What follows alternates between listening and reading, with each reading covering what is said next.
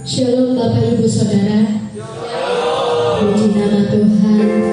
Kalau saat ini kita bisa beribadah kembali kepada Tuhan, kita mau tinggikan namanya, saudara.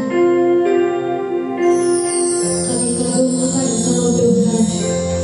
Kami kagum akan karya-Mu yang besar. Haleluya Yesus.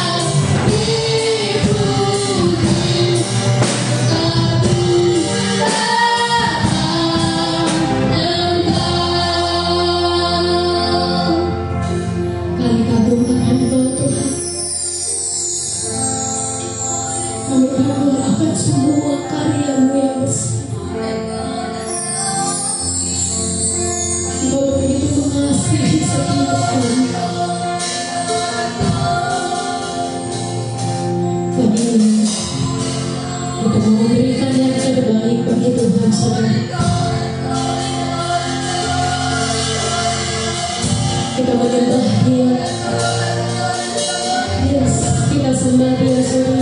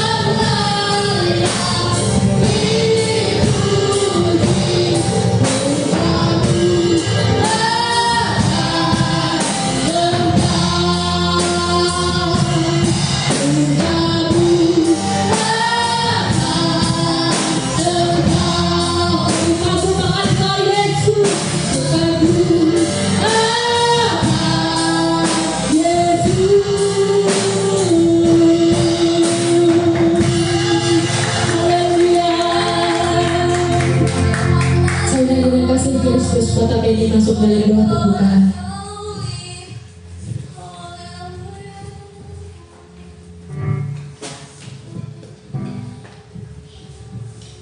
Haleluya Yesus, haleluya. Dan kalau saat ini Tuhan, kami boleh mengagumi akan setiap karya-Mu yang begitu besar yang sedang Kau kerjakan dalam setiap hidup kami Tuhan. Itu sebabnya kami mau siapkan hati kami untuk kami boleh mempersembahkan ibadah kami yang berkenan dan menyenangkan hati-Mu Tuhan. Biarlah urapan-Mu turun atas setiap pelayan-pelayan-Mu, baik bagi hamba-Mu yang akan membawakan pujian, worship leader Tuhan, singer, pemain musik, sehingga semuanya menjadi sebuah simfoni yang indah di hadapan-Mu Tuhan. Dan setiap jemaat yang memuji membesarkan nama-Mu Tuhan, mereka boleh mengasakan kehadiran-Mu secara pribadi dan setiap pujian yang kami naikkan Tuhan, sehingga ada kuasa dan mujizat boleh terjadi Tuhan. Terima kasih Bapa, terima kasih.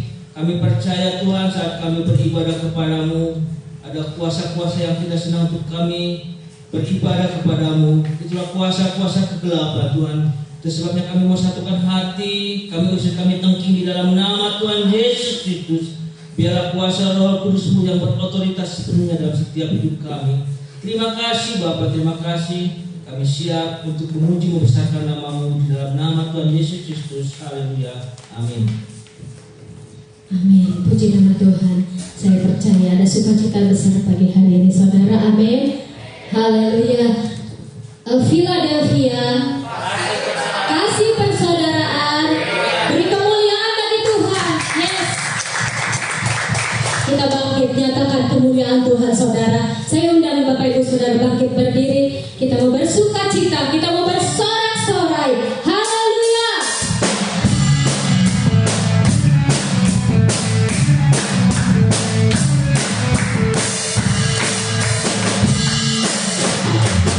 Kita semua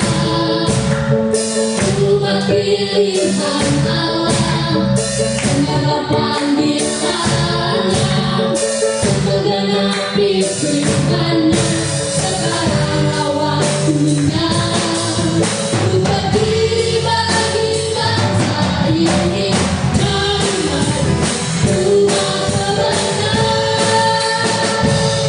bukan lagi nyatakan kemuliaan-Nya, bukan lagi nyatakan kebesaran-Nya. Sampai sekian untuk semua tidak mengaku Yesus Kristus dialah Tuhan dan segala raja.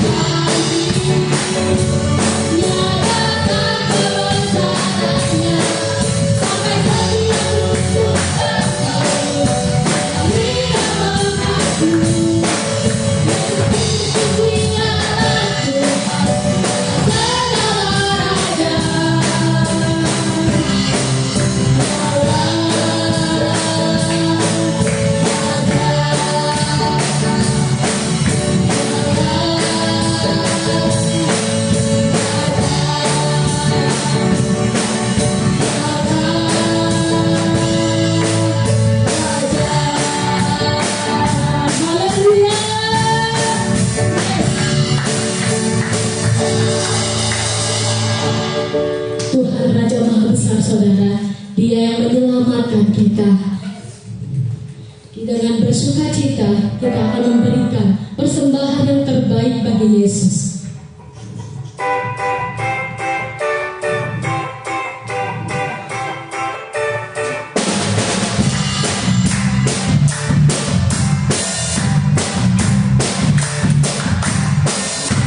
Raja Maha Besar, mari datang menyembahnya. Tuhan Raja Maha Besar, mari datang menyembahnya. Yang di karunia ini dapat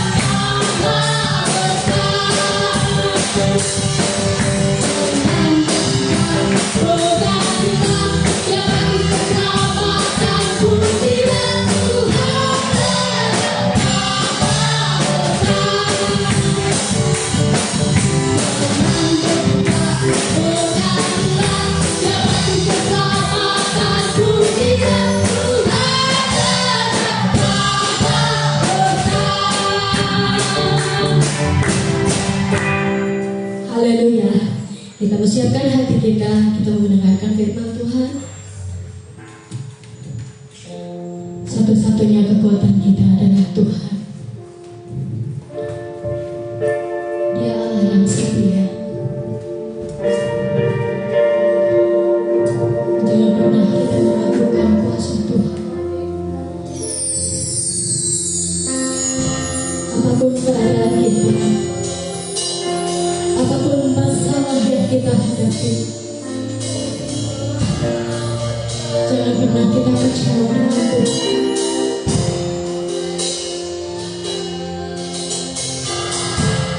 Karena Yesus adalah Allah yang setia dan benar.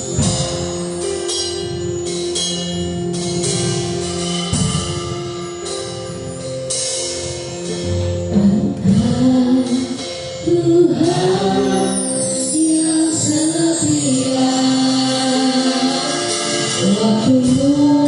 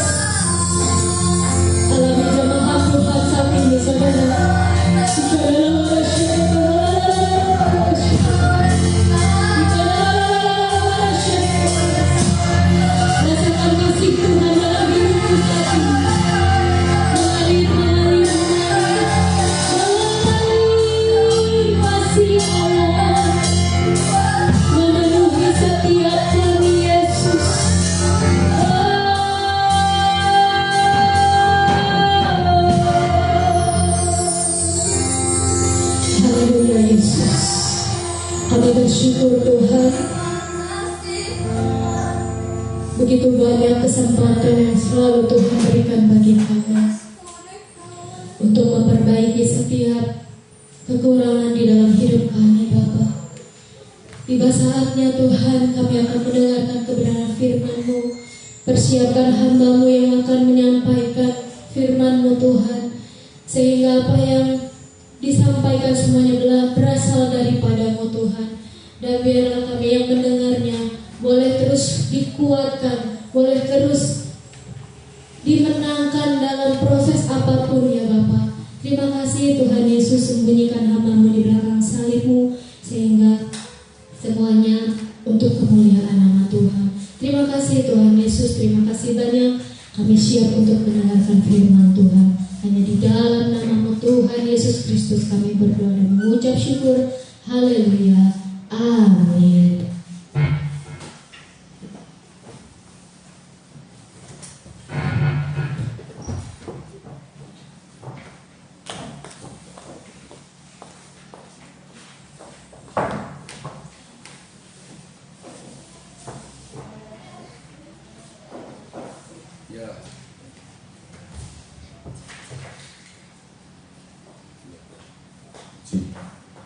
Ya, puji nama Tuhan. Shalom saudara yang dikasihi oleh Tuhan. Kesempatan dari Tuhan kita bisa bertemu lagi dalam ibadah ini saudara. Saudara, kita segera membuka dalam 1 Korintus 15. Kita akan baca pada ayat 35 sampai dengan ayat 58. 1 Korintus 15 kita baca ayat 35 sampai dengan 58. Saya baca ayat 35, setelah 36 dan seterusnya secara bergiliran.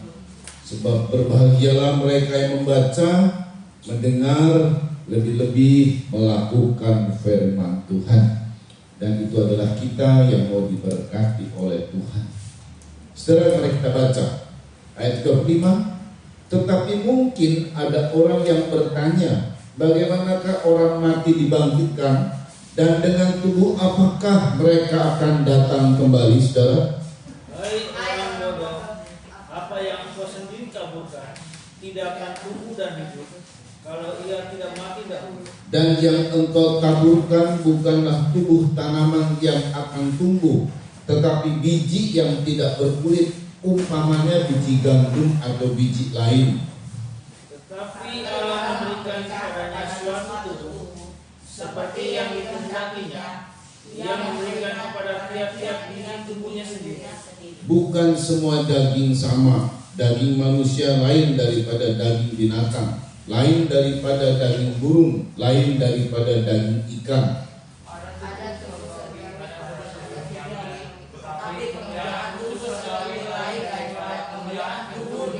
Kemuliaan matahari lain daripada kemuliaan bulan, dan kemuliaan bulan lain daripada kemuliaan bintang-bintang, dan kemuliaan bintang yang satu berbeda dengan kemuliaan bintang yang lain.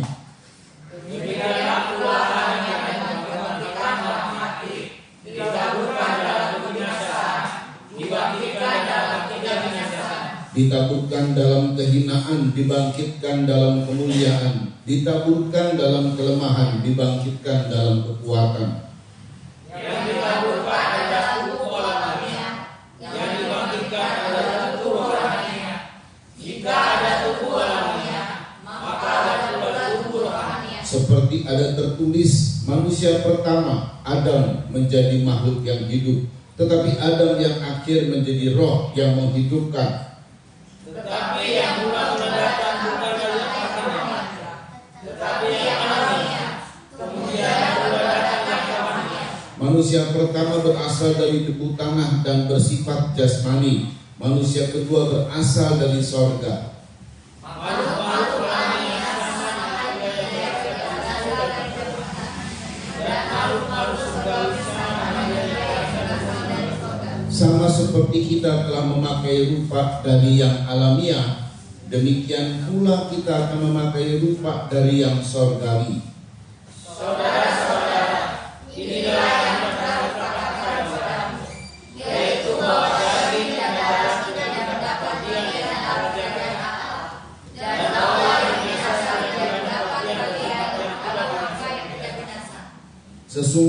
aku menyatakan kepadamu suatu rahasia, kita tidak akan mati semuanya, tetapi kita semuanya akan diubah. Dalam setiap mata, pada waktu ini sebab aku yang berbunyi, dan orang-orang mati akan dibangkitkan dan kita semua akan diubah. Karena yang dapat binasa ini harus mengenakan yang tidak dapat binasa, dan yang dapat mati ini harus mengenakan yang tidak dapat mati. Dan sesudah yang dapat binasa yang mengenakan yang tidak dapat binasa, dan yang dapat mati mengenakan yang tidak dapat mati, maka akan mendapat kehidupan yang kudus. Maut telah dan dapat kemenangan. Hai maut, di manakah kemenanganmu? Hai maut, di manakah sengatmu? Sengat maut tiada kuasa, dan kuasa yang Tetapi syukur kepada Allah yang telah memberikan kepada kita kemenangan oleh Yesus Kristus Tuhan kita. Sama-sama. Karena itu saudara-saudaraku yang terkasih, berdirilah teguh, jangan goyah, dan biarlah selalu dalam pekerjaan Tuhan. Sebab kamu tahu bahwa dalam persekutuan dengan Tuhan, jerih payahmu tidak sia-sia. Amin. Saudara, ini adalah ungkapan dari Paulus. Betapa sungguh dia memahami tentang tubuh kebangkitan. Dan dengar baik, itulah sebabnya kenapa Yesus harus bangkit dari antara orang mati, saudara. Kita membaca ulang, tolong dibaca di ayat 50. Perhatikan baik-baik. Ayat 50. Saudara-saudara, inilah yang hendak kukatakan kepadamu, yaitu bahwa daging dan darah tidak mendapat bagian dalam kerajaan Allah. Daging dan darah yang kita punya sekarang ini tidak mendapat bagian dalam kerajaan Allah. Terus, Dan bahwa yang binasa tidak mendapat bagian dalam apa yang tidak binasa. ya saudara, bahwa yang binasa ini tidak mendapat bagian apapun dari yang tidak binasa. Ya, cukup perhatikan baik-baik bahwa daging dan darah yang kita miliki sekarang itu tidak bisa mewarisi kerajaan sorga. Itulah sebabnya saudara-saudara, kita perhatikan mengapa Yesus harus mati di kayu salib dan kemudian bangkit dari antara orang mati untuk mewarisi tubuh yang sempurna. Tubuhnya terdiri juga dari daging, tapi daging yang sempurna. Yang tidak bisa mewarisi kerajaan surga itu daging dan darah. Ya, tetapi Yesus pada saat dalam Injil Lukas ia bangkit, murid-murid bingung, ragu-ragu, saudara ya. Jadi kalau kita lihat peristiwa-peristiwa orang yang sudah mati, saudara, lalu kemudian ada penampakan. Saya lihat orang yang mati itu dia lagi duduk di rumahnya. Itu penampakan dalam penampakan roh, saudara ya. Artinya ya itu tidak ada orang sebenarnya yang mati lalu kemudian hidup lagi biarpun secara roh, biarpun nampak secara roh. Semua rohnya dibawa ke alam baka. Saudara perhatikan, tetapi kalaupun ada, maka itu adalah roh. Tidak ada orang yang mati kemudian hidup lagi dan seperti biasa sedia kala sebelum dia mati. Tidak ada, saudara. Sebab tubuh fisiknya sudah dikubur. Berapa hari kemudian, berapa minggu, berapa bulan rusak tubuh fisiknya. Nah, kalau roh itu kembali ke alam baka, katakanlah ini anak Tuhan, kembali ke Firdaus, datang ke Firdaus, tinggal di Firdaus, tapi sifatnya masih roh. Seluruh tokoh-tokoh iman dan anak-anak Tuhan, saudara-saudara kita yang sudah mati, mereka memang menikmati Firdaus, bahagia di Firdaus, tapi sifatnya masih roh. Saudara perhatikan, pada saat orang meninggalkan tubuhnya alias mati, maka dia memasuki suatu alam yang lain.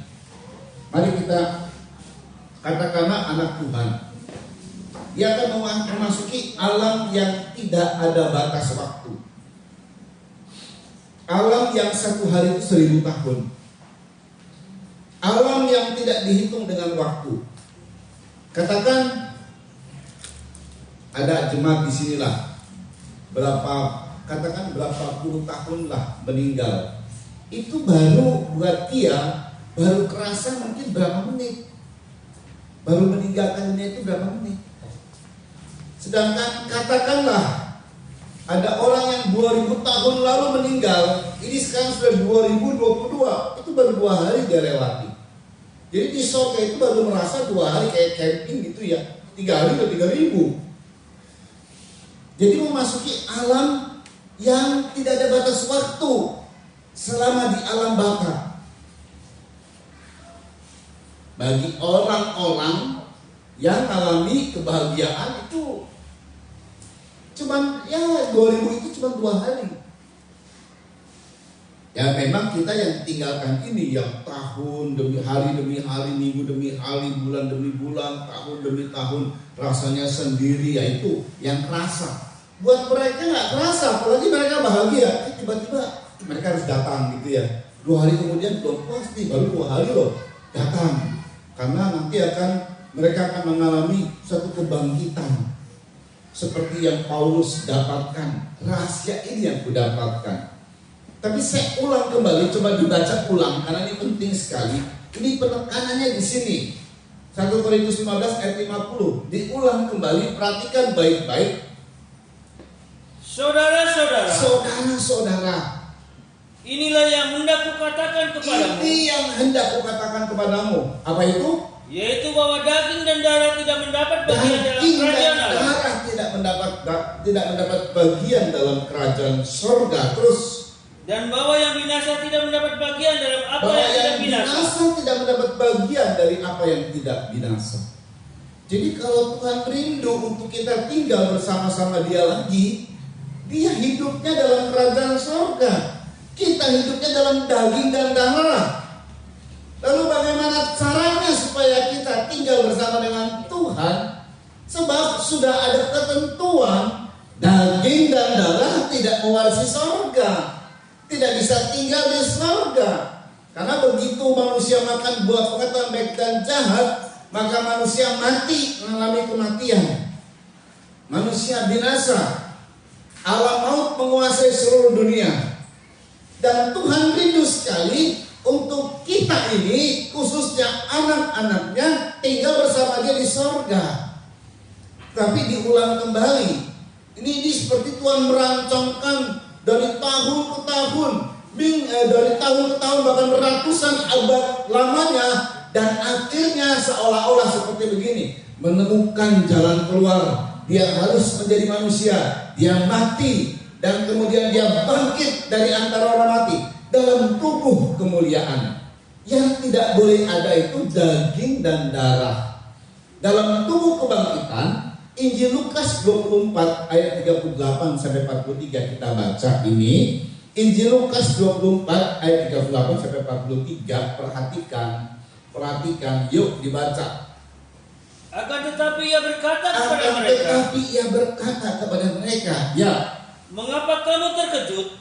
Dan apa sebabnya timbul keraguan-raguan di dalam hati kamu? Mengapa kamu terkejut dan timbul keraguan-raguan dalam hati kamu? Ini setelah Yesus bangkit dan telah menunjukkan dirinya kepada murid-muridnya. Terus kan, lihatlah tanganku dan kakiku. Lihat tanganku dan kakiku. Terus, aku sendirilah ini. Aku sendiri ini, tidak berubah. Tubuhnya bukan lebih tinggi lagi, lebih katakanlah lebih gagah lagi. Enggak, biasa sebelum dia bangkit, sebelum dia mati dan dia bangkit, tubuh yang sama yang dilihat secara fisik sama, saudara, tidak ada perubahan apapun.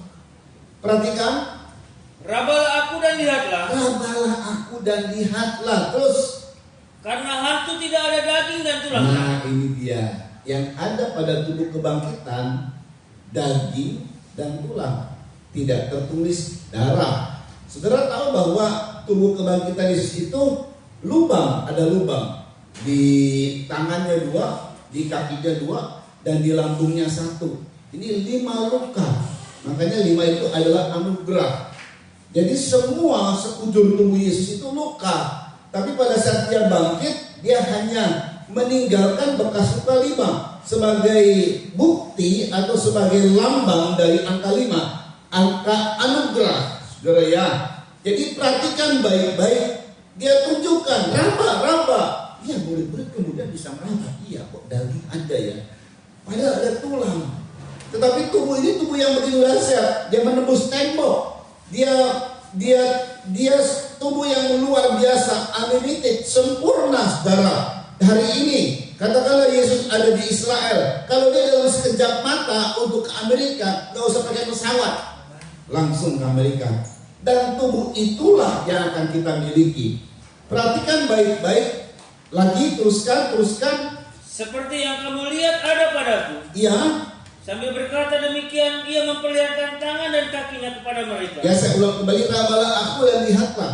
Karena hantu tidak ada daging dan tulangnya. Seperti yang kamu lihat ada padaku. Ya, sambil berkata demikian, perlihatkan tangan dan kakinya kepada mereka. Teruskan. Dan ketika mereka belum percaya karena mereka masih belum percaya juga, saudara ya. Terus dan masih heran, ya, berkatalah ia kepada mereka, adakah padamu makanan di sini? Ada padamu makanan di sini? Yuk.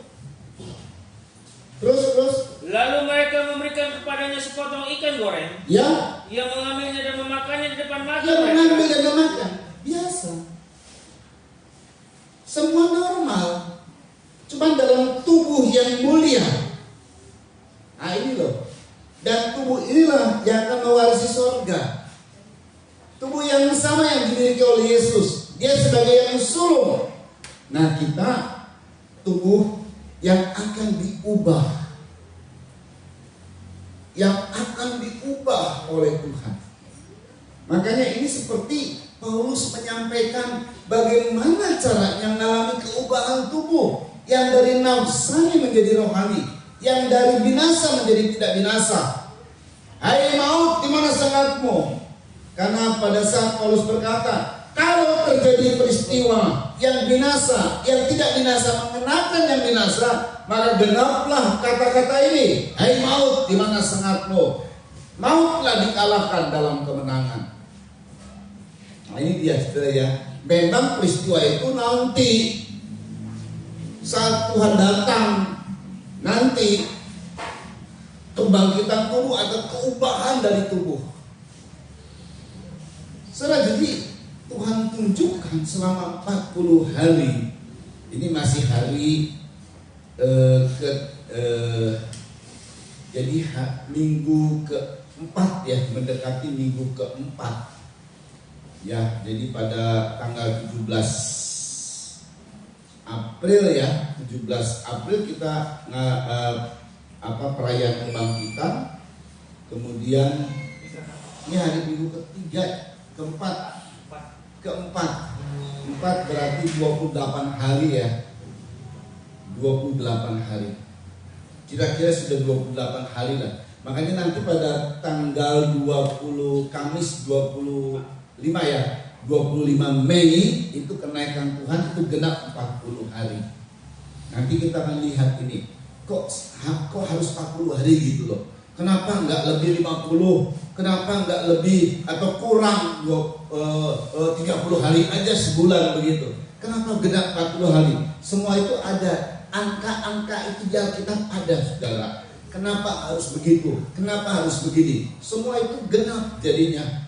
Lalu tujuannya apa? Tetapi kita lihat sekarang ini dalam kebangkitan.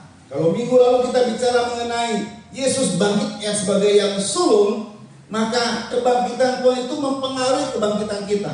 Kalau kita masih hidup, mengubah hidup kita. Jadi boleh dikatakan Tuhan melakukan percobaan gitu ya, eksperimen. Dan dia berhasil mendapatkan tubuh kebangkitan. Ini kira-kira supaya gampangnya dapat gambarannya begitu ya. Sama kayak profesor bikin eksperimen untuk vaksinasi buat virus corona misalnya, kayak begitulah. Akhirnya berhasil mematikan virus corona selama-lamanya. Tidak perlu vaksin 1, 2, 3, 4. Misalnya ada orang penemu seperti itu, maka dibuatlah, disuntiklah kepada orang semua vaksinasi ini. Wah, itu menjadi sesuatu yang dahsyat luar biasa, saudara. Ya, beberapa penyakit yang terjadi, saudara, ya, ada penyakit-penyakit yang tidak bisa disembuhkan, sulit disembuhkan, seperti kanker, HIV, dan banyak lagi jenis. Katanya juga ada hepatitis apalagi nih yang baru nih. Apa?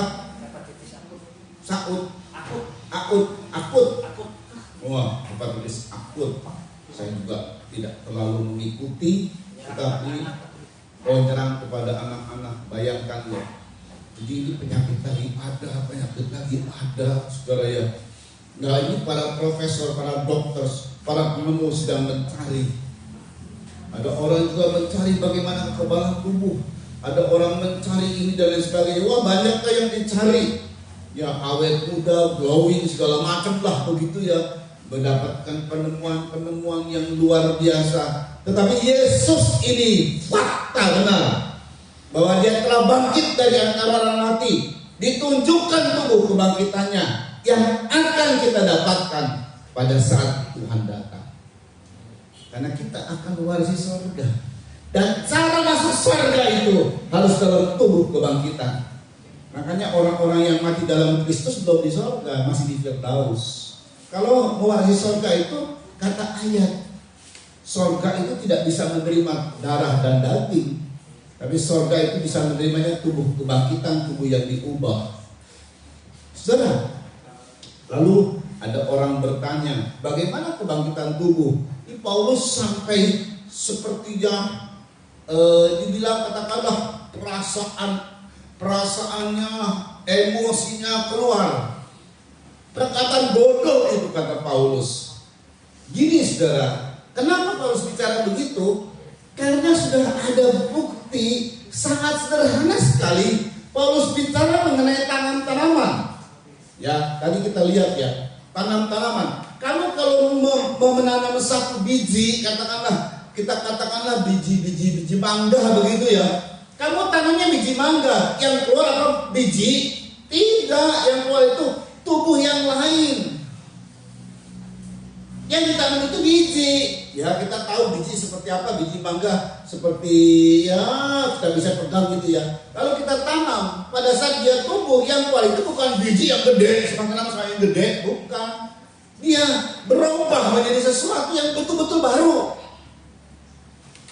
Ya, coba kita ulang kembali, karena ini Paulus bilang bodoh sekali ya. Sudah ada pelajarannya, persoalannya. Kita sudah ngerti. Oh, kalau saya tanam ini bentuknya biji kayak begini, nanti tumbuhnya itu lain. Enggak bentuknya kayak bundar begini, bukan. Enggak bentuknya kayak bulat begini. Udah paham kita. Makanya sampai Paulus bilang, kamu orang bodoh sekali ya.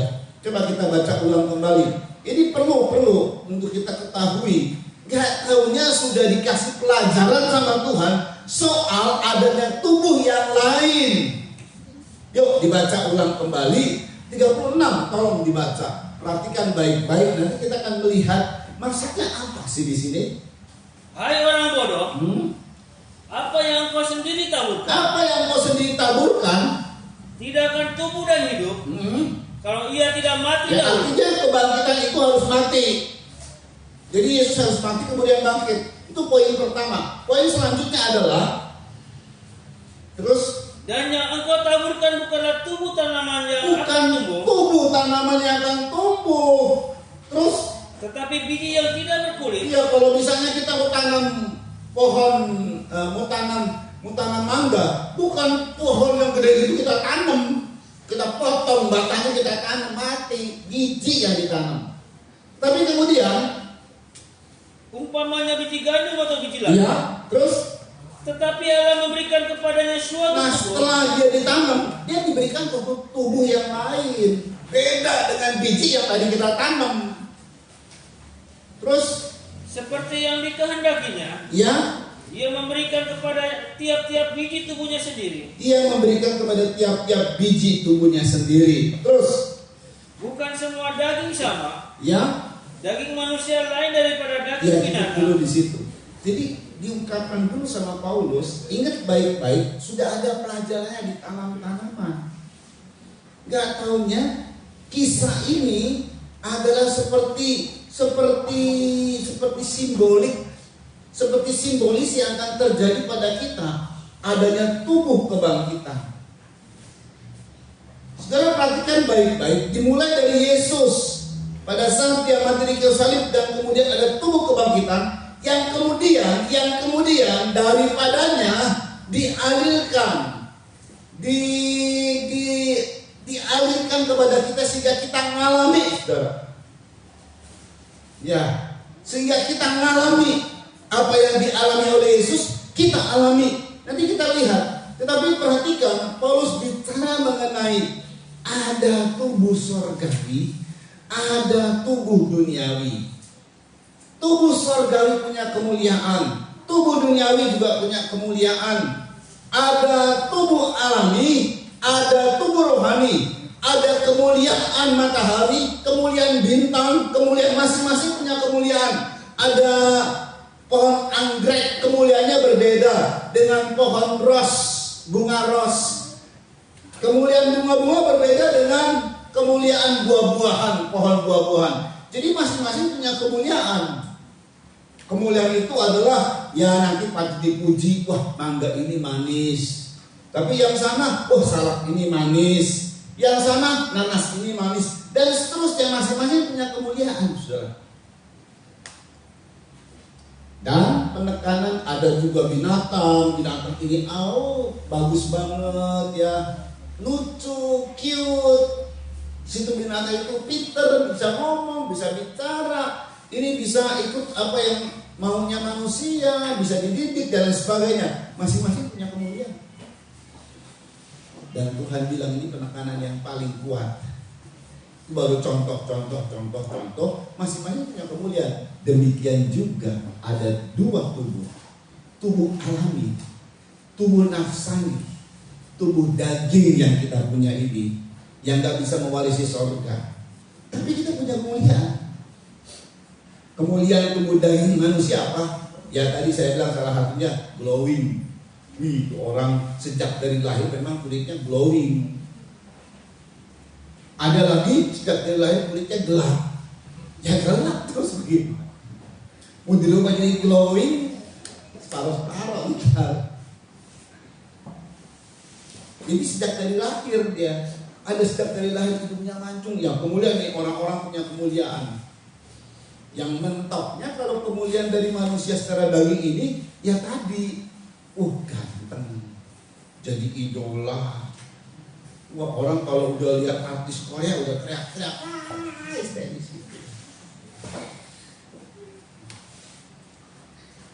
yang sekarang lagi tren gitu kan, saudara ya. Atau ada artis dunia datang, rame, saudara ya. Ya termasuk juga artis-artis Indonesia, apalagi zaman pandemi sudah selesai, lalu kemudian ada konser di mana-mana. Wow, orang mau deket sama idolanya begitu. Ya itu kebanggaan manusia, hidungnya mancung, tinggi, bagus badannya, glowing. Wah itu yang iklan-iklan kan, kamu mau glowing, mau apa segala macam, itu kebanggaan manusia. Tapi semua kebanggaan yang namanya manusia itu, entah nanti ada yang kaya, mobilnya, ini hebat dia, lalu macam-macam lah. Tapi mentoknya pada mati. Nah semua kebanggaan manusia mentok pada mati, nggak dibawa, ya. Glowingnya nggak dibawa, gantengnya nggak dibawa, cantiknya nggak dibawa, begitu mati udah jadi mayat, bau busuk. Berapa hari kemudian bau busuk, dari kulit yang cantik, yang ganteng jadi rusak, jadi busuk, jadi tengkorak. Nah ya kira-kira siapa yang mau tengkorak? Nggak ada yang mau. Tapi itulah kebanggaan manusia mati. Makanya ada kemuliaan jasmani, kemuliaan alami, ada kemuliaan surgawi. Nah saudara, ini luar biasa. Manusia yang pertama, Adam, menjadi makhluk yang hidup. Adam yang terakhir jadi roh yang menghidupkan. Ini setelah Paulus mulai dia terangkan sedikit demi sedikit. Sebab awalnya bodoh sekali kamu ya. hal ini nggak ngerti, Paulus terangkan, ya kayak anak SD diterangkan sedikit demi sedikit. Coba lihat tanaman tuh, contoh-contoh kecil kok di alam sekitar kita kok. Lalu dia bicara mengenai itu, kan beda-beda kemuliaannya. Nah, sebenarnya Paulus menekankan soal ada kemuliaan tubuh jasmani, ada kemuliaan tubuh rohani. Adam yang pertama dan Adam yang terakhir itu Yesus maksudnya. Dibaca 47, nah ini kemudian penekanan Paulus meningkat. Yuk dibaca 47 ulang kembali yuk. Manusia pertama berasal dari debu tanah. Manusia pertama berasal dari debu tanah, dan semua binatang-binatang juga berasal dari debu. Makanya kembali kepada debu. Terus Dan bersifat jasmani. Bersifat manusiawi, jasmania. Ya, terus Manusia kedua berasal dari surga. contohnya di dunia ini pernah dicipta ulang, saudara. Cuma tidak seperti penciptaan yang kalau misalnya kita membangun rumah ya, kalau pengen rumah yang sudah reot dan rusak mau dibangun dan direnovasi total, dihancurin dulu. Katanya enggak gitu. Tuhan Yesus hadir, ada ciptaan ulang. Tetapi manusia yang terakhir, yang kemudian sebagai, kalau manusia pertama tercipta Adam, kemudian lahir sampai ke kita, saudara.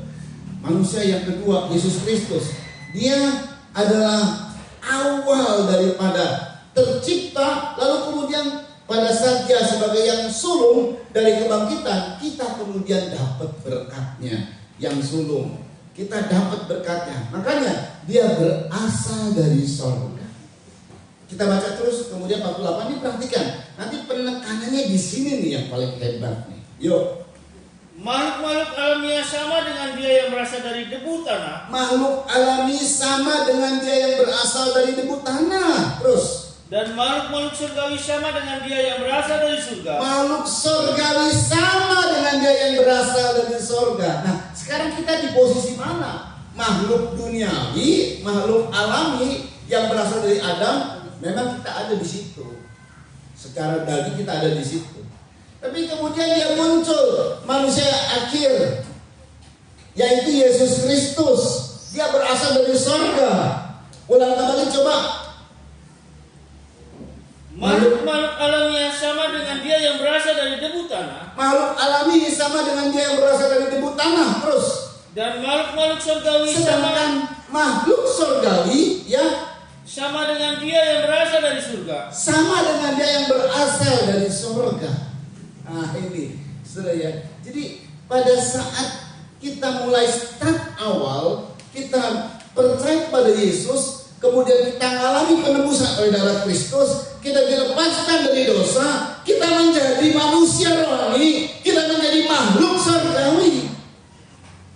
Kita bukan lagi orang-orang yang bersifat keduniawian.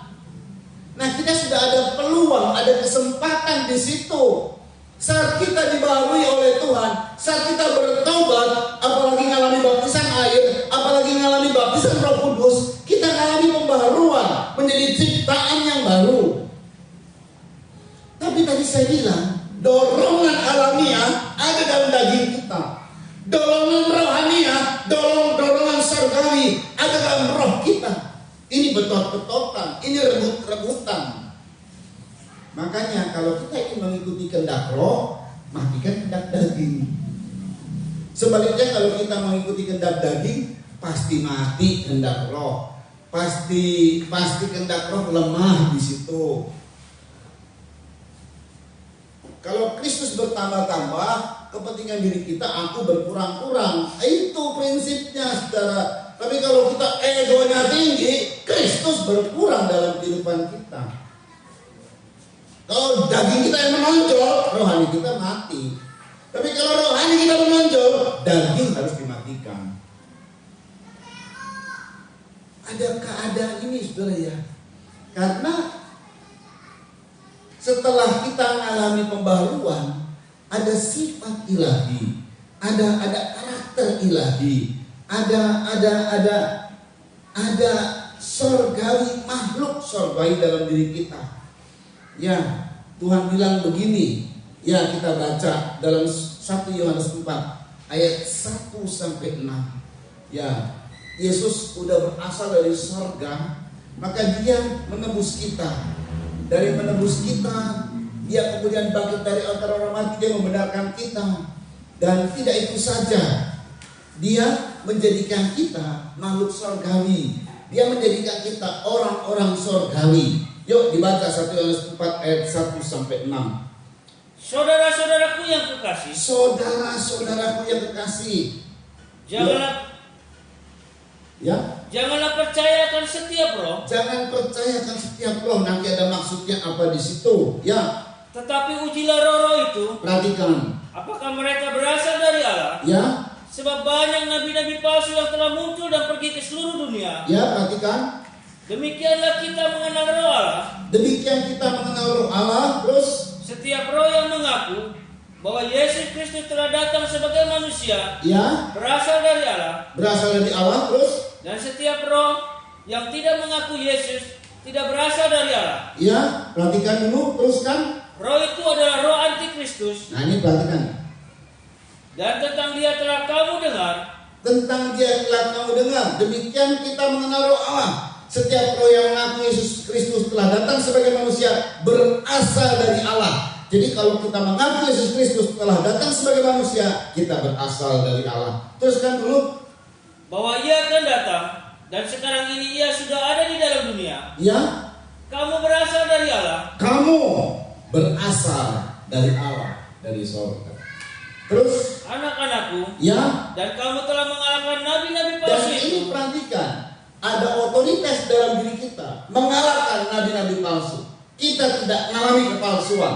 Terus, Sebab roh yang ada di dalam kamu lebih besar daripada roh yang ada dalam dunia. perhatikan. Mereka berasal dari dunia. Nah, inilah perbedaan.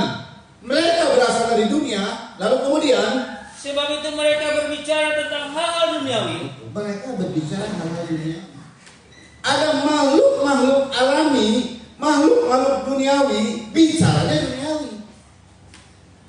Ada makhluk-makhluk rohani, makhluk-makhluk surgawi, orang-orang surgawi, bicaranya surgawi. Hal-hal yang rohani yang kita bicara. Ini dalam bicara saja, belum lagi nanti dalam karakter, dalam sifat. Lah kalau orang duniawi pantas begitu, nggak pantas buat orang-orang surgawi. Jadi nanti dampaknya daging dan darah tidak mewarisi kerajaan surga, dan kita terbuat dari daging dan darah. Tetapi kita sedang alami dibaharui oleh Tuhan. Kita bisa menjadi makhluk surgawi. Itulah sebabnya kenapa harus mematikan daging, supaya yang surgawi ini terus bertambah-tambah dalam hidup kita. Terus Dan dunia mendengarkan mereka. dunia mendengarkan mereka. Jadi kalau ada orang jahatin kita ya, kalau orang yang jahatin kita ini ngomongin kita, lalu yang dia ngomongin kita, misalnya si A ngomongin kita kepada si B. Lah kalau si B orang duniawi, dengar dia, karena sama-sama duniawi. Lalu kemudian benci sama kita. Terus berlanjut begitu, saudara. Tapi kalau orang-orang surgawi, kita doa saja. Semua juga ada kelemahan, kekurangan, kita doa saja. Dia nggak terlalu dengar itu. Dia nggak terlalu terpengaruh dengan omongan itu, karena surgawi. Terus, Kami berasal dari Allah. kami berasal dari Allah. Barang siapa mengenal Allah, Barang siapa mengenal Allah, ia mendengarkan ia kami. mendengarkan kami. Terus, Barang siapa tidak berasal dari Allah, karena kalau tidak berasal dari Allah, ia tidak mendengarkan kami. ya, Itulah tandanya roh kebenaran dan roh yang menyesatkan. ya makhluk duniawi bicaranya soal dunia. Berkatnya berkat duniawi. Itu yang dibanggakan semua. Kamu tahu tentang akhir zaman? Nah, ngerti saya. Takutlah akhir zaman mah. Udah jangan dibicarakan itulah. Nah itu duniawi. Kalau orang-orang surgawi lain. Akhir zaman pun saya mau kejar. Firman Tuhan, luar biasa ini firman Tuhan, dikejar karena firman Tuhan itu hal surgawi, hal rohani. Kelamaan banyak. Bisa sih kita dapat ngerti, cuma lama. Nah itu alami, duniawi. Kalau saksian segala macam, wow, yang wow itu cuma duniawi semua. Duniawi semua. Duniawi kumpul duniawi. Karena duniawi pendengar orang yang duniawi juga. Tapi surgawi lain, saudara. Nah ini karena bicara mengenai kalau kita keduniawian, maka terus kita akan terus dalam kehidupan daging dan darah. Daging terus. Banyak Kristen daging. Paulus sampai sedih. Tuhannya perut. Ya kadang-kadang ya kalau kita kumpul yang dibicarain apa? Makan di mana yang enak ya? Isinya cuma itu doang. Tuh kuliner di sana enak, kuliner di sana. Kok isinya cuma itu doang ya? Nggak ada bahas mengenai firman. Ya kadang-kadang gitu. Piknik mana yang bagus ya? Mari kita mulai rubah prinsip hidup kita, mulai rubah pokok pembicaraan kita, mulai rubah pola hidup kita menjelang Tuhan datang. Cari yang surgawi, cari yang surgawi, cari terus yang surgawi. Bukan hanya itu saja, saudara. Jadi tak kala kita berasal dari setelah kita mengalami pembaruan dari Tuhan, kita sudah harus berbeda dengan dunia. Saya ingin ajak untuk kita memahami ada satu poin dari Alkitab yang menyebut seperti ini, saudara. Ya, kita baca Yohanes 17. Yohanes 15 dulu, ayat 18 sampai 19. Jadi memang kita di dunia. Dulu kita orang dunia. Dulu kita sikapnya, karakternya, tutur katanya dunia semua. Sebelum kita kenal Tuhan ya. Tapi setelah kita kenal Tuhan, kita rubah. Kita sih tinggal di dunia. Kita butuh ini, itu, dan lain sebagainya. Tapi kita tidak hidup cara dunia. Kita tidak hidup lagi dengan cara-cara dunia. Kita hidup dengan cara-cara sorga, cara-cara firman Tuhan, cara-cara kerajaan sorga. Di mana kerajaan sorga berkata, kerajaanku itu adalah kerajaan yang damai sejahtera, kebenaran, sukacita oleh Roh Kudus. Itu cara-cara itu yang kita hidup. Dalam rumah tangga kita, sorga selalu hadir. Kenapa sorga hadir? Ada damai sejahtera. Padahal ada saja yang membuat kita bisa jadi masalah, bisa jadi marah, satu sama lain jadi marah. Tapi selesaikanlah cepatnya. Ayo kita turunkan semua sepaneng-sepaneng kita, emosi-emosi kita, tenang. Saling menyakiti pernah juga ada, ngomong kasar bahkan ada, saking jengkel. Lalu kemudian dalam waktu singkat kita selesaikan. Sudah, ayo kita munculkan lagi damai sejahtera. Lalu dalam kehidupan kita, curang-curang itu orang dunia curang-curang, diberkati itu curang-curang, koruptor diberkati itu, kaya-kaya koruptor, saudara. Tapi kita nggak mau begitu. Biarpun kita hanya ala kadarnya, secukupnya, tapi jujur, semua didapat dengan jujur, karena ada hidup dalam kebenaran firman. Dan di tengah-tengah problem dan masalah tetap sukacita, nggak cari-cari perhatian dengan wajah yang muram, wajah yang memelas hanya untuk cari perhatian. Kayak di pinggir-pinggir jalan itu kan cari-cari perhatian. Tolong kasihanilah kami, tubuhnya sehat tapi kasihanilah kami. Enggak. Perhatian kita cuma dari sorga. Yesus Kristus saja yang perhatikan kita. Ini kerajaan sorga yang kita hadirkan. Prinsip hidup sorga yang kita hadirkan. Ya, Yohanes 15 ayat 18 sampai 19. Yuk. Jikalau dunia membenci kamu. Nah, kalau kita dibenci oleh orang-orang yang dunia ngomongin kita, perhatikan, Tuhan juga bilang gini. Ya. Ingatlah bahwa ia telah lebih dahulu membenci aku. Ingatlah bahwa ia telah lebih dahulu membenci aku. Padahal kata Tuhan, aku apa salahnya sih? Gak ada salah loh. Tapi Yesus waktu dihukum dan dibunuh, disalibkan, itu kan ada kebencian yang begitu hebat. Pilatus sendiri bilang, aku tidak melihat ada orang ini bersalah. Tidak sama sekali.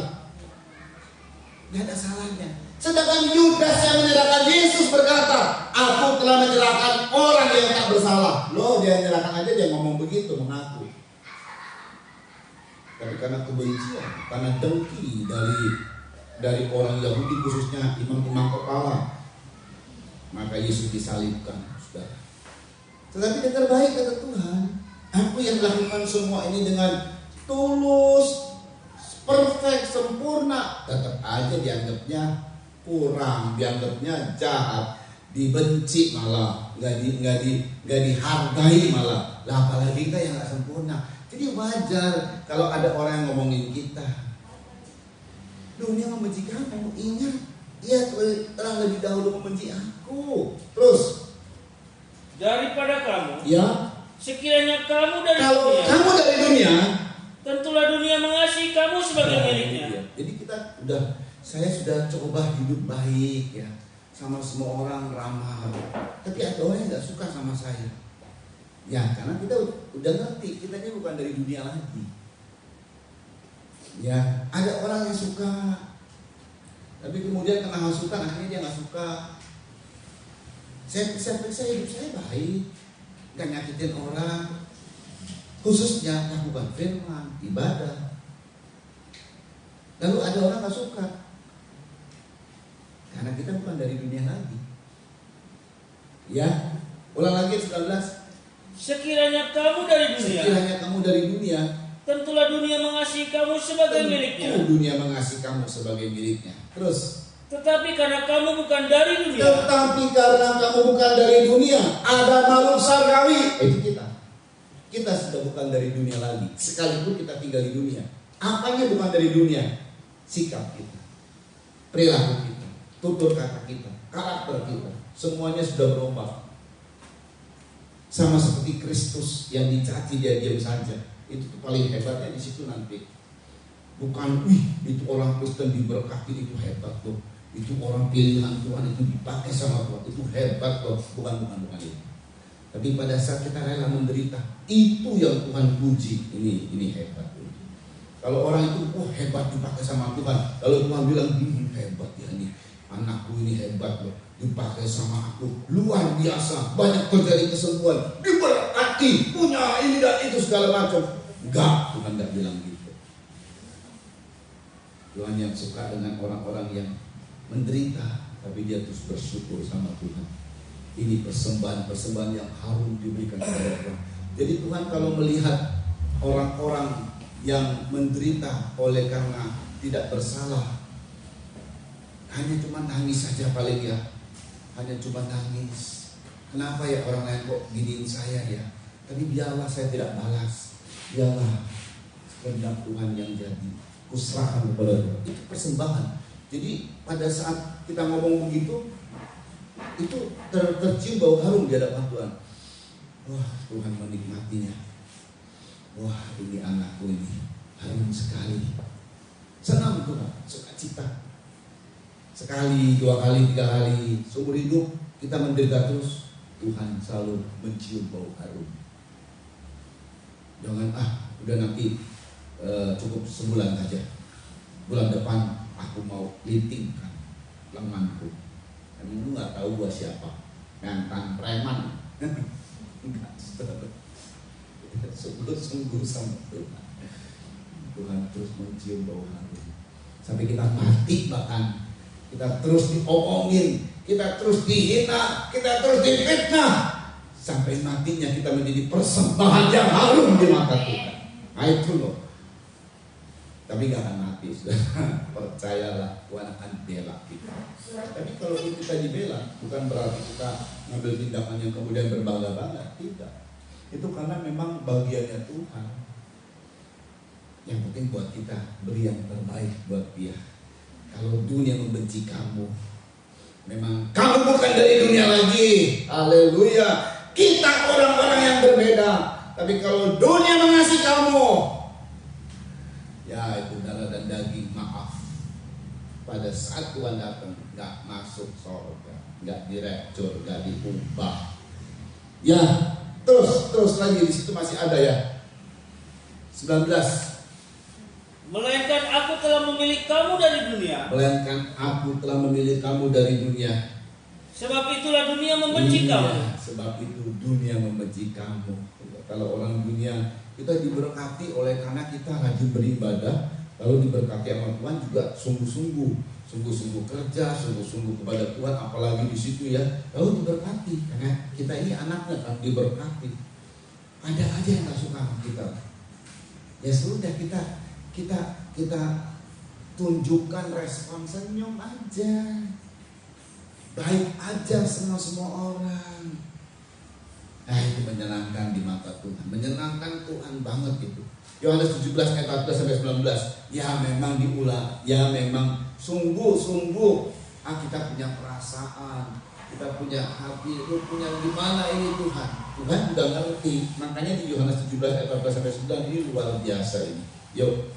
Aku telah memberikan firman-Mu kepada mereka. Aku telah memberikan firman-Mu kepada mereka. Terus. Dan dunia membenci mereka. Jadi firman ini seperti pelindung di tengah-tengah kebencian dunia. Firman yang tiap-tiap hari kita dengar itu seperti pelindung, saudara. Makanya suka dengar firman, karena saudara semakin ketat dilindungi oleh Tuhan. Kayak orang ya, pelindung itu ada lapisan pertama, lapisan kedua, lapisan ketiga. Jadi semakin ketat perlindungan, semakin dia aman, nyaman, tenang. Kayak begitu. Banyaknya kita mendengar firman, demikian itu kita mengalami perlindungan dari Tuhan. Aku telah memberikan firman-Mu kepada mereka. Dunia membenci mereka. Terus. Karena mereka bukan dari dunia. Karena mereka bukan dari dunia. Kita sudah menjadi makhluk surgawi. Kita menjadi orang-orang surgawi. Biarpun di dunia. Terus. Sama seperti aku bukan dari dunia. Iya, waktu Tuhan di dunia, dia bukan dari dunia, dia dari surga. Terus. Aku tidak meminta. Memang Tuhan bilang gini, saat kita dibenci oleh dunia, saat kita ditekan oleh dunia, saat kita hidup di tengah-tengah dunia ini, ada pengaruh memang. Tetapi Tuhan bilang, aku tidak meminta mereka, terus supaya engkau mengambil mereka dari dunia. Udah kayak film apa gitu kan? Ayo manusia yang orang-orang yang terpilih dipindahkan ke planet Mars. Ini dunianya sudah mulai rusak ini. Bikin planet yang baru. Ayo orang-orang kaya ini ada pesawat ulang alik. Nggak tahu harganya berapa itu ya. Bukan adventure ya. Wisata ke planet Mars. Katanya saya cuma dengar saja. Berapa menit kemudian balik lagi begitu, menikmati cuma lihat.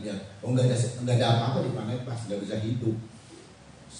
Tapi Tuhan, kalaupun Tuhan bisa buat satu planet bisa ada oksigen dan kita bisa hidup, tapi Tuhan bilang kita nggak diambil lalu ditaruh di planet lain. Bisa sih Tuhan buat begitu, tapi Tuhan sudah doa begini, saudara. Aku tidak meminta engkau mengambil mereka dari dunia. Terus. Tetapi supaya engkau melindungi mereka daripada yang jahat. Supaya engkau melindungi mereka daripada yang jahat. Terus. Mereka bukan dari dunia. Mereka bukan dari dunia. Sama seperti aku bukan dari dunia. Sama seperti aku bukan dari dunia. Kuduskanlah mereka dalam kebenaran. Ya, firman itu melindungi. Firman itu menguduskan. Jadi tak kala kita suka dengar firman, tak kala kita suka baca firman, apalagi tak kala kita melakukan firman, kekudusan itu mengalir dalam hidup kita. Itu perlindungan, saudara. Ya, jujur aja ya, kita tinggal di tengah-tengah dunia yang jahat. Kita pertamanya nih, kamu berbuat jahat. Lama-lama bisa ikut berbuat jahat loh. Makanya Tuhan bilang, kuduskan mereka dalam kebenaran. Terus, firman-Mu adalah kebenaran. Firman-Mu adalah kebenaran. Itu pelindung. Firman yang menguduskan adalah kebenaran. Terus, sama seperti engkau telah mengutus aku ke dalam dunia. Ya. Demikian pula aku telah mengutus mereka ke dalam dunia. Ya, saudara. Mereka kuutus ke dalam dunia dan kita tinggal di dunia, tetap tinggal di dunia. Terus kan. Dan aku menguduskan diriku bagi mereka, supaya mereka pun dikuduskan dalam kebenaran. Luar biasa Tuhan kita. Jadi Tuhan betul-betul lindungi kita. Lindungi dari pengaruh dunia. Sakit hati segala macam karena ada kebencian dunia. Melindungi dari pengaruh jahatnya dunia. Supaya kita tidak jahat seperti orang dunia. Kita dilindungi, kita tidak dipengaruhi oleh dunia. Kita tidak terkontaminasi oleh dunia. tapi kita dibersihkan selalu oleh firman Tuhan yang selalu Tuhan sediakan tiap-tiap hari. Kalau saudara mau makan kan harus sedia. Kita masak semua sudah tersedia, entah beras ke apa masak, makan saudara ya. Lapar, ada orang makannya 5 kali, makannya silakan aja, asal ada aja silakan aja.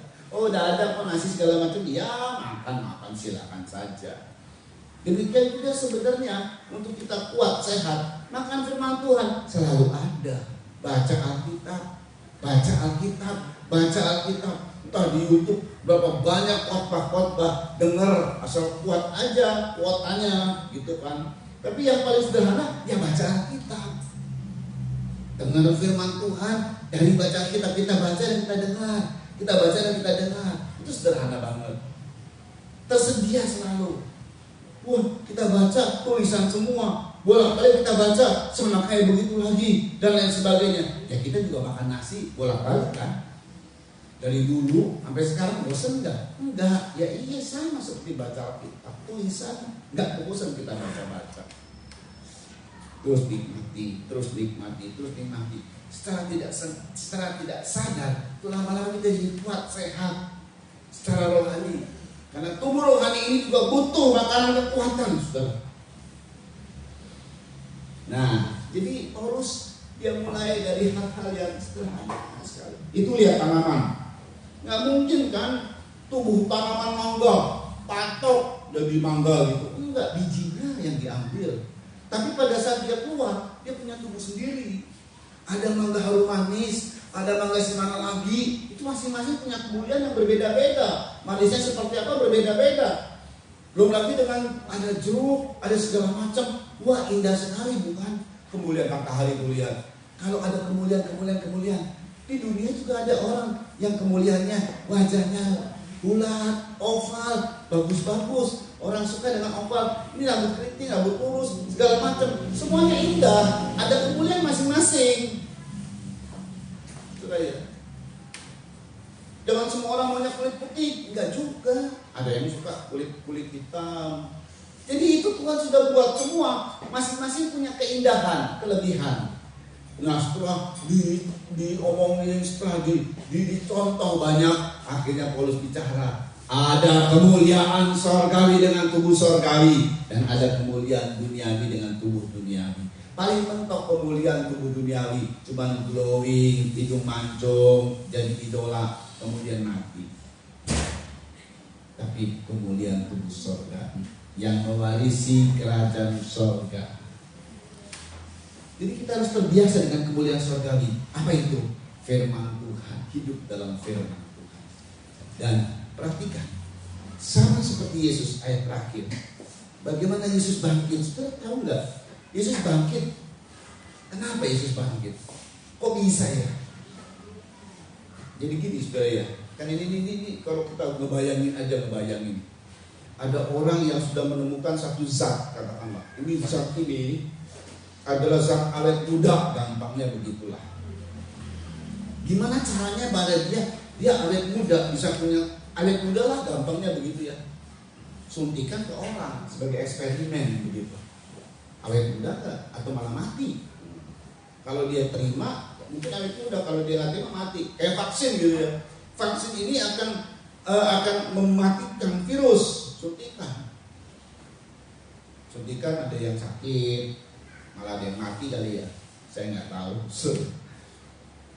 Kalau Yesus berhasil, jadi semua komposisi tubuh dalam kuasa kebangkitan. Yesus kan sudah punya tubuh kebangkitan. Dia mau kasih kepada semua orang. Dan dia berhasil. Jangan khawatir. Begitu kita terima tubuh kebangkitan itu, kita tidak akan mengalami di dalam tubuh yang menolak. Karena ungkapannya, hai yang binasa ditelan sama yang tidak binasa. Oh itu ditelan. Dan semua terima, saudara. Nah bagaimana caranya? Jadi harus ada alami gitu. Ini hebatnya Tuhan memang ya. Luar biasa dia punya rancangan yang dia rindukan. Jadi waktu, ya ini gambarannya gampangnya. Di sorga pengen anak-anaknya untuk manusia dululah, pertama manusia untuk bersama-sama dia lagi di sorga. Tapi manusia itu darah dan daging, yang emosi, yang udah banyak kejahatan dibuat. Gimana caranya ya? Darah dan daging gak boleh masuk sorga. Nah, dia menjadi orang yang sama juga dengan darah dan daging, mati di salib, dia bangkit. Nah, ada klimaksnya, saudara. Sebab yang membuat Yesus bangkit, Roma 8.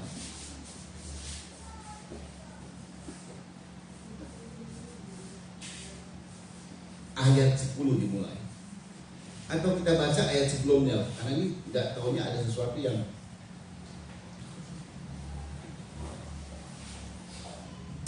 kita baca mengingat ayat dari ayat 1. Ini karena penting sekali. Yuk, Roma 8 ayat 1 dimulai.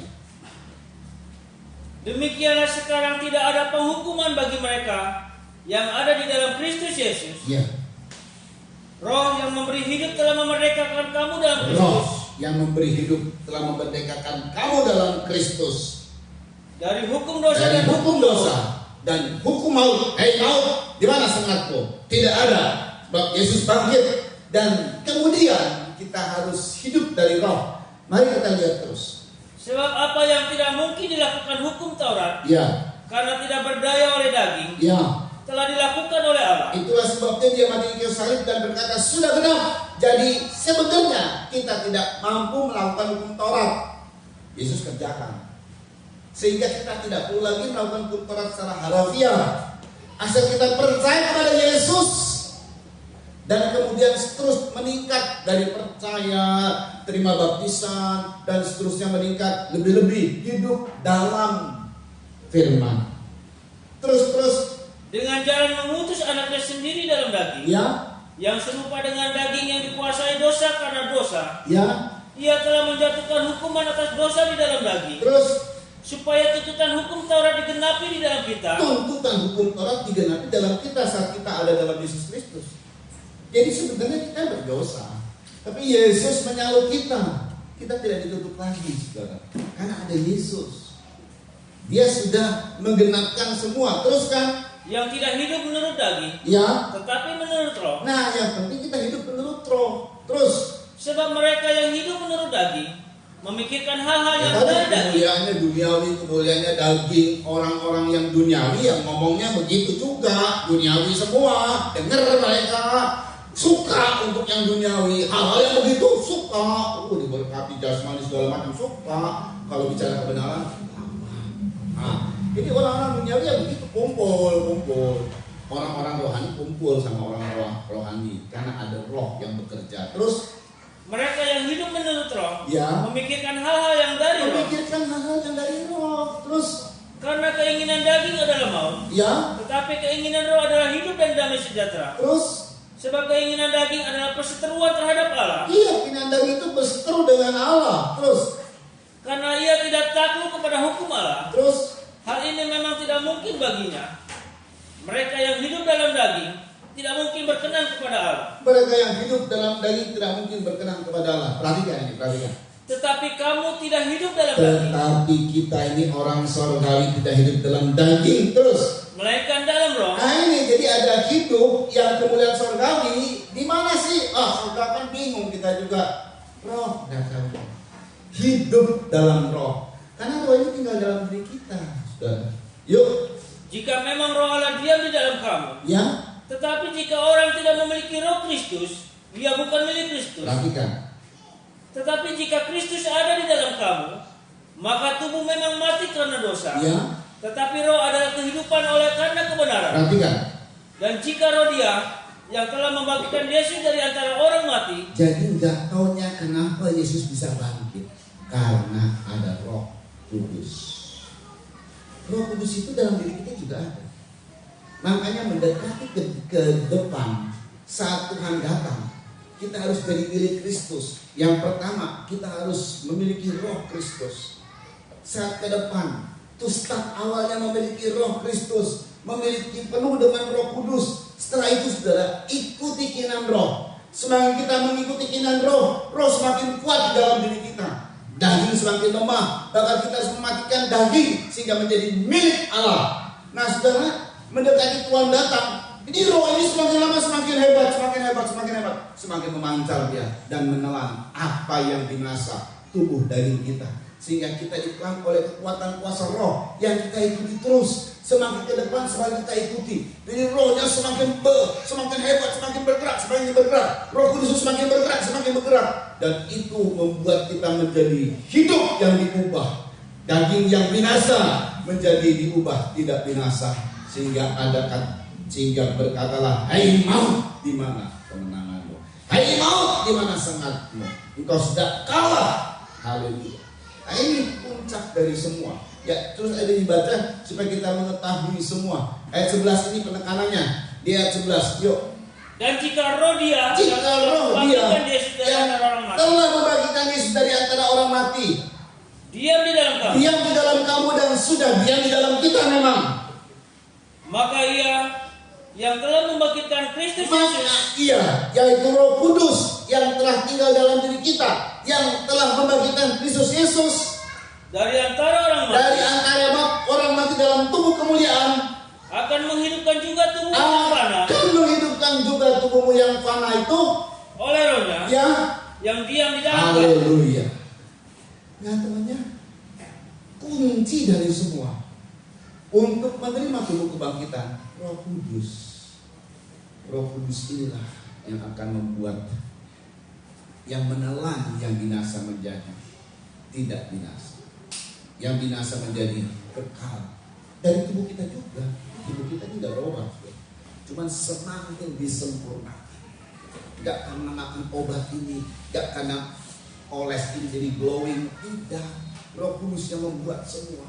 Ini hebat ini. Mendekatnya Tuhan datang. Makanya di dalam kehidupan kita mendekat Tuhan datang. Jadi ada keinginan roh, ada keinginan daging, ada keinginan surgawi, ada keinginan duniawi. Terus betul-betul dalam diri kita sih, karena kita juga masih daging, karena kita hidup tinggal di dunia.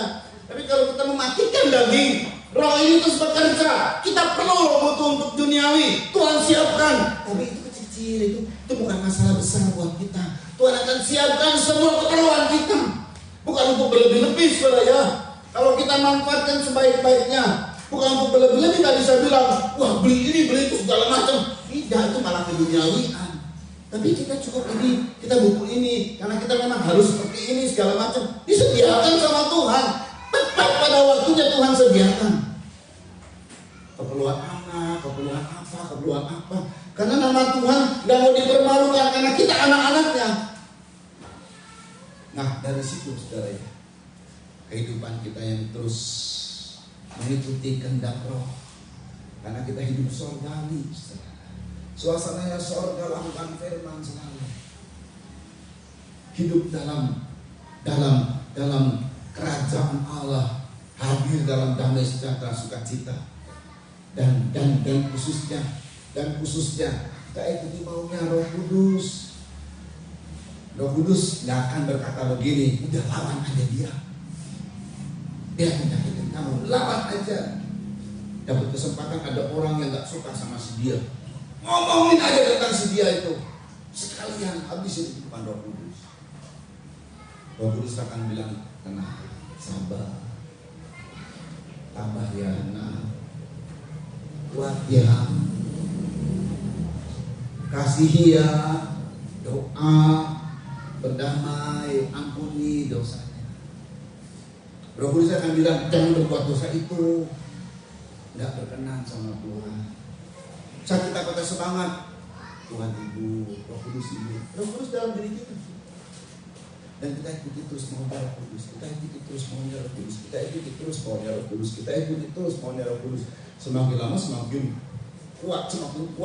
Roh Kudus dalam diri kita semakin kuat. Mendekat Tuhan datang, semakin kita kuat.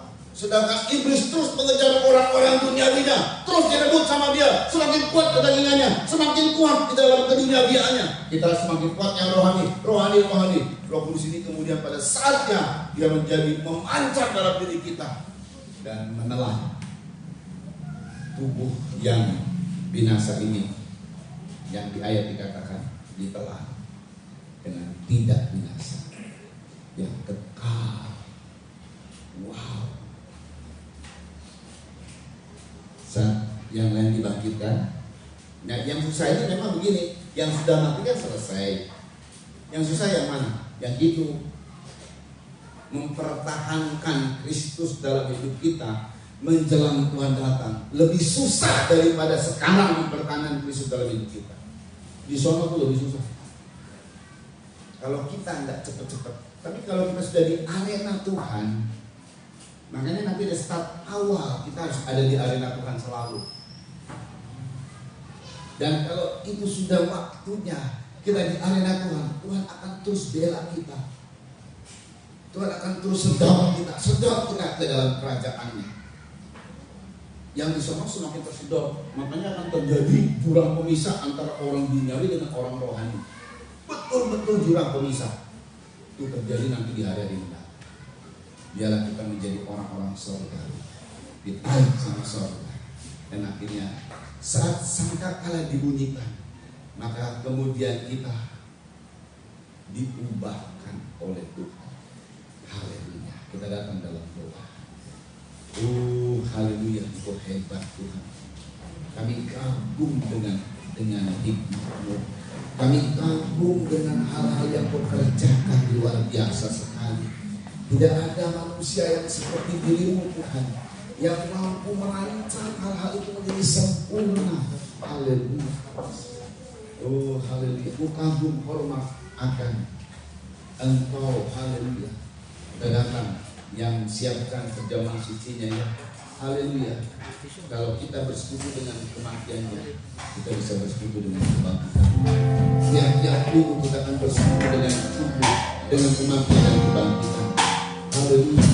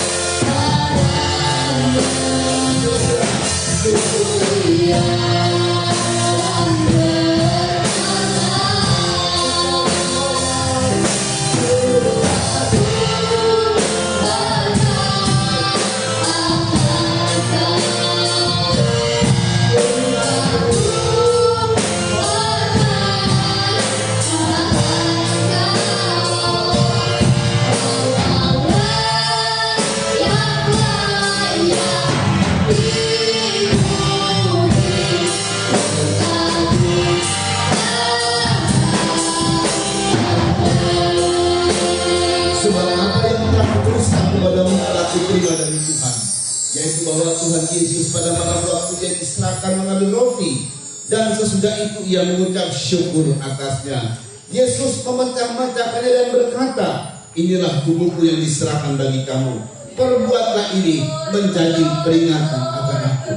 Bukankah roti yang kita pecah-pecahkan adalah persekutuan dengan tubuh Kristus? Amin.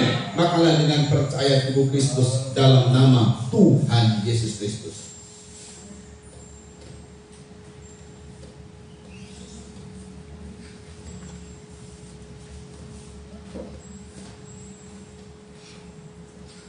Angkat roh minuman. Demikian juga Yesus mengambil cawan sudah lama lalu berkata, cawan ini adalah perjanjian baru yang dimeteraikan oleh darahku. Perbuatlah ini setiap kali kamu meminumnya menjadi peringatan akan aku. Sebab setiap kali kamu makan roti ini dan minum cawan ini, kamu memberitakan kematian Tuhan sampai Dia datang. Bukankah cawan ucapan syukur yang atasnya kita ucapan syukur adalah persekutuan dengan darah Kristus? Amin. Minumlah dengan percaya darah Kristus dalam nama Tuhan Yesus Kristus. Oh, haleluya. Terima kasih Bapa yang baik. Terima kasih anugerah besar yang Kau berikan kepada kami.